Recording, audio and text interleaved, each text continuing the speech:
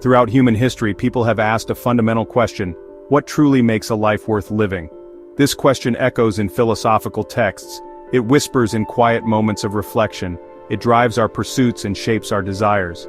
Many search for answers in external achievements. Others look to relationships or spiritual fulfillment. The quest is universal. It is deeply personal for everyone. Understanding this pursuit is the first step. It helps us explore what brings true satisfaction. It is not always what society tells us. We often look for simple answers to this complex question. Some believe fame or power holds the key. Others think accumulating possessions will bring joy. Yet these external markers often prove fleeting. They can leave a sense of emptiness once achieved. The initial excitement fades. A deeper, more sustainable source of meaning is needed. This source must come from within. It must be connected to our experiences. It is about how we engage with life itself. This engagement is crucial for a fulfilling existence. My own research has focused on this very question. I have spent decades studying people from diverse backgrounds. I looked at artists, athletes, scientists, and everyday individuals. I wanted to understand when they felt their best. I wanted to know what activities made them feel truly alive. The patterns that emerged were fascinating. They pointed not to passive leisure. They pointed to active involvement in challenging tasks. These tasks required skill and concentration. This active engagement is what we will explore. The answer, I believe, lies in a state of consciousness. I call this state flow. Flow is a specific type of experience. It happens when we are completely absorbed in an activity. We are so involved that nothing else seems to matter. The experience itself is so enjoyable. People will do it even at great cost. They do it for the sheer sake of doing it. This state of optimal experience is central to a life well lived. It provides a sense of purpose. It offers profound enjoyment. It is a key to unlocking lasting happiness. Many societies today place a strong emphasis on material wealth. The prevailing belief is often that money buys happiness. Advertising constantly reinforces this idea. It suggests that new products or more money will solve our problems. It promises a life of ease and contentment.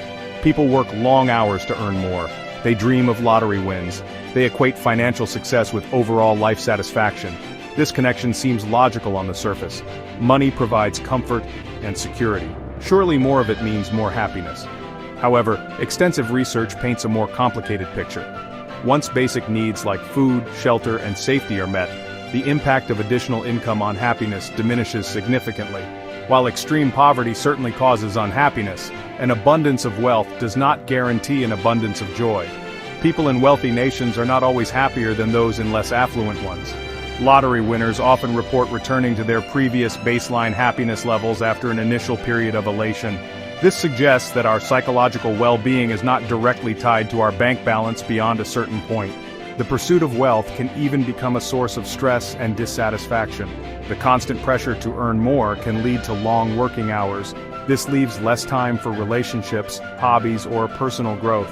The focus on material possessions can create a cycle of desire. There is always something new to acquire. This can lead to feelings of inadequacy if one cannot keep up.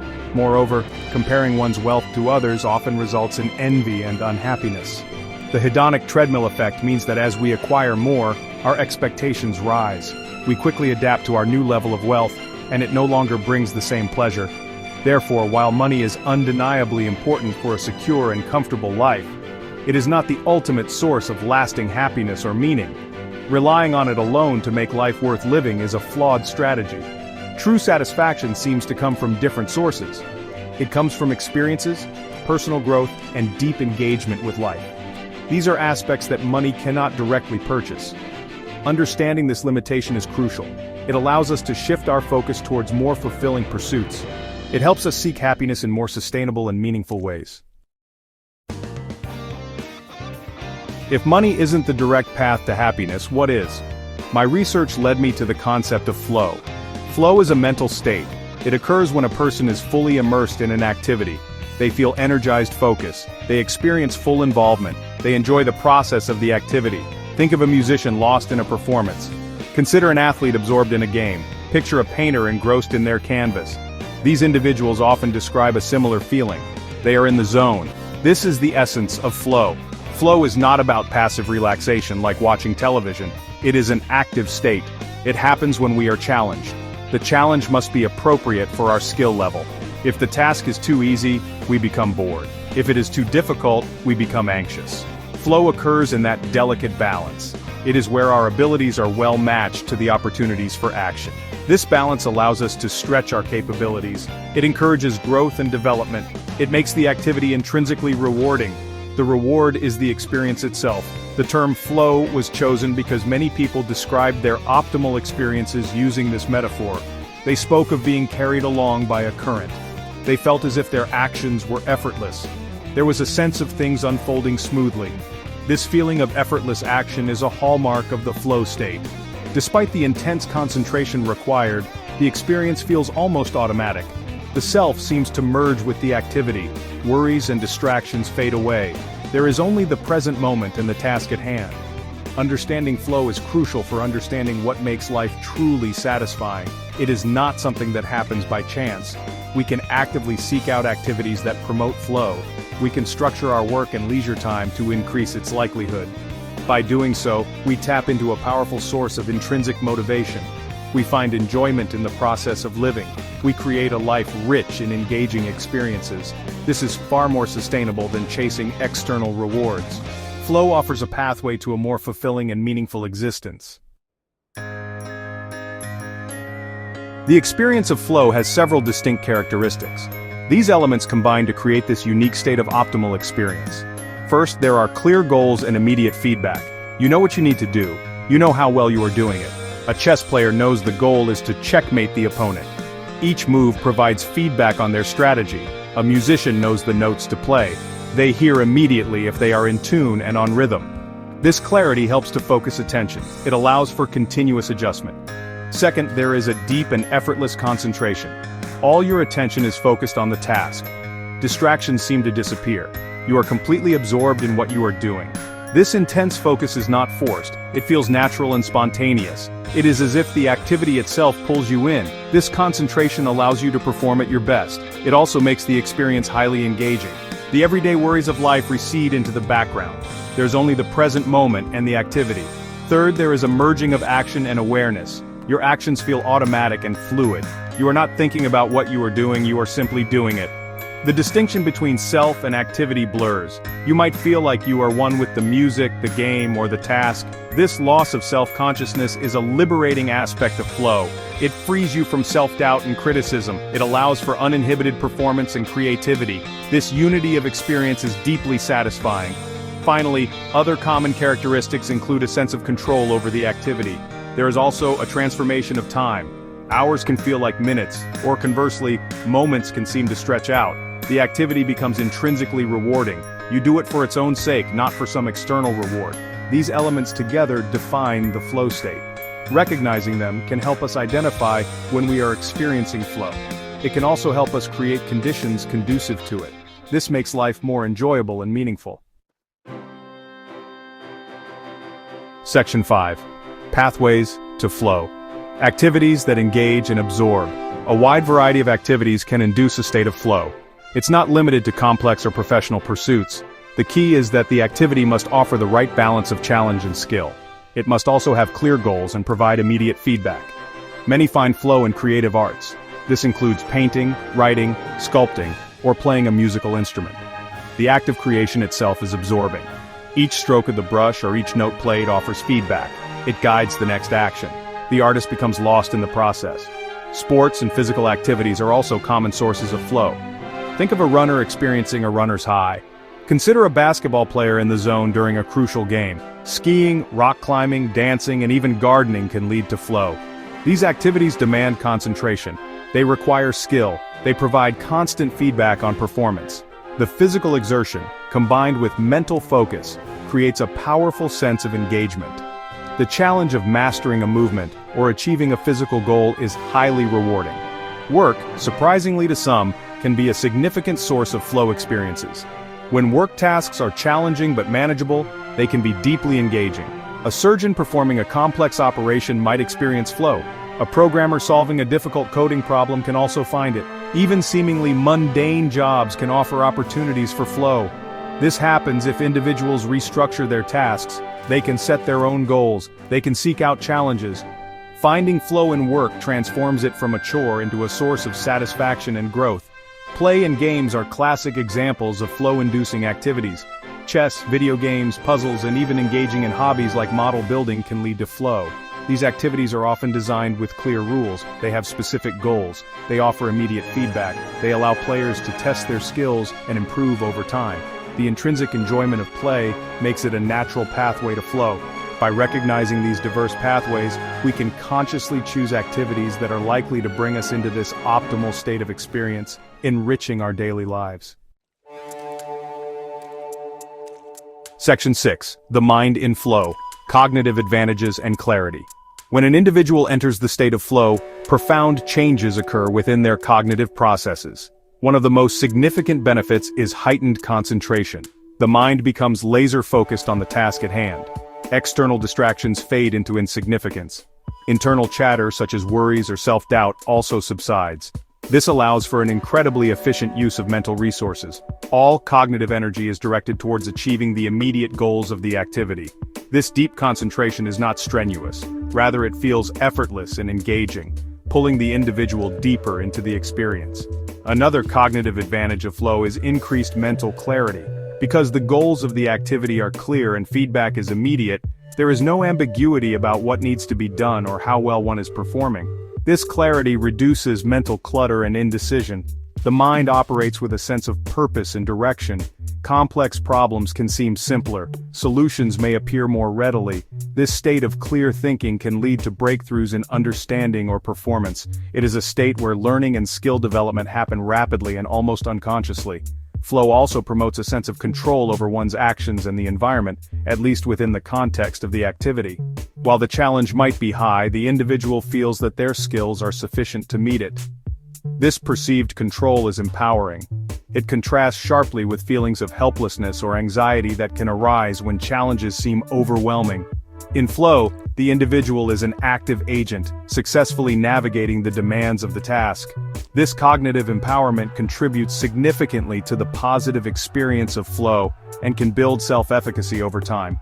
Furthermore, the intense focus and engagement in flow can lead to a temporary suspension of self-consciousness. The self as a separate entity seems to disappear, merging with the activity. This means there is less room for rumination, self-criticism, or social comparison. The mind is free from the usual burdens of ego-related thoughts.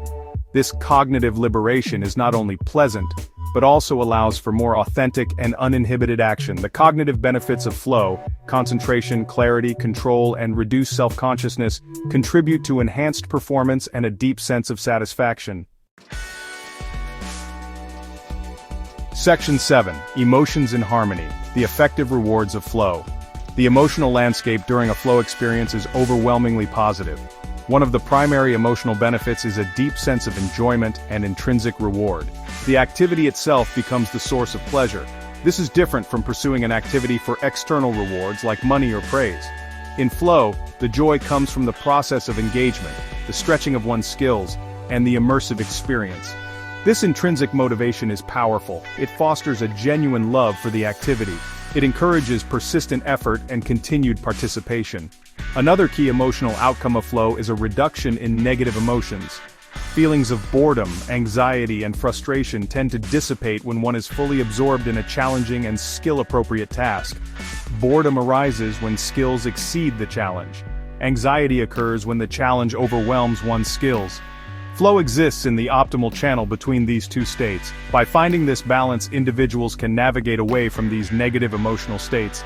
They enter a more harmonious and satisfying emotional space. This emotional regulation is a significant benefit. The experience of flow often leads to a heightened sense of competence and self-esteem. Successfully navigating a challenging activity and performing at a high level provides concrete evidence of one's abilities. Each small success within the flow state builds a sense of mastery. This contributes to a more positive self-perception. Over time, frequent flow experiences can significantly boost overall self-confidence. This enhanced self-esteem is not based on external validation.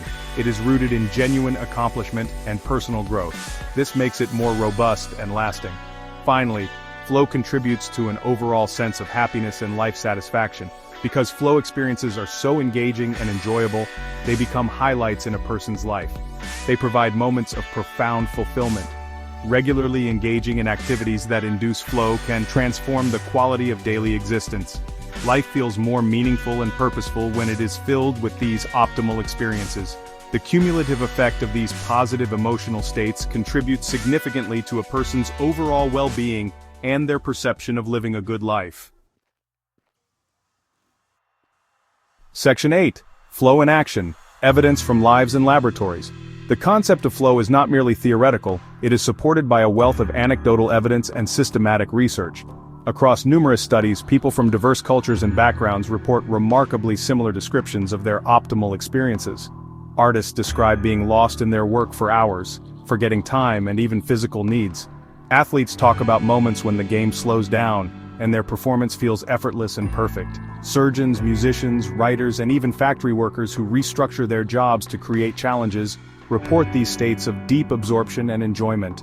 My colleagues and I developed the Experience Sampling Method, ESM, to study flow in everyday life. This research technique involves participants carrying a pager or smartphone. They are signaled at random times throughout the day. When signaled, they report what they are doing, who they are with, and their subjective experience, including levels of challenge, skill, concentration, and mood. ESM studies have consistently shown that people report higher levels of happiness, engagement, and concentration when they are in situations where challenges and skills are high and in balance, the conditions that define flow. These findings hold true across different ages, occupations, and cultures.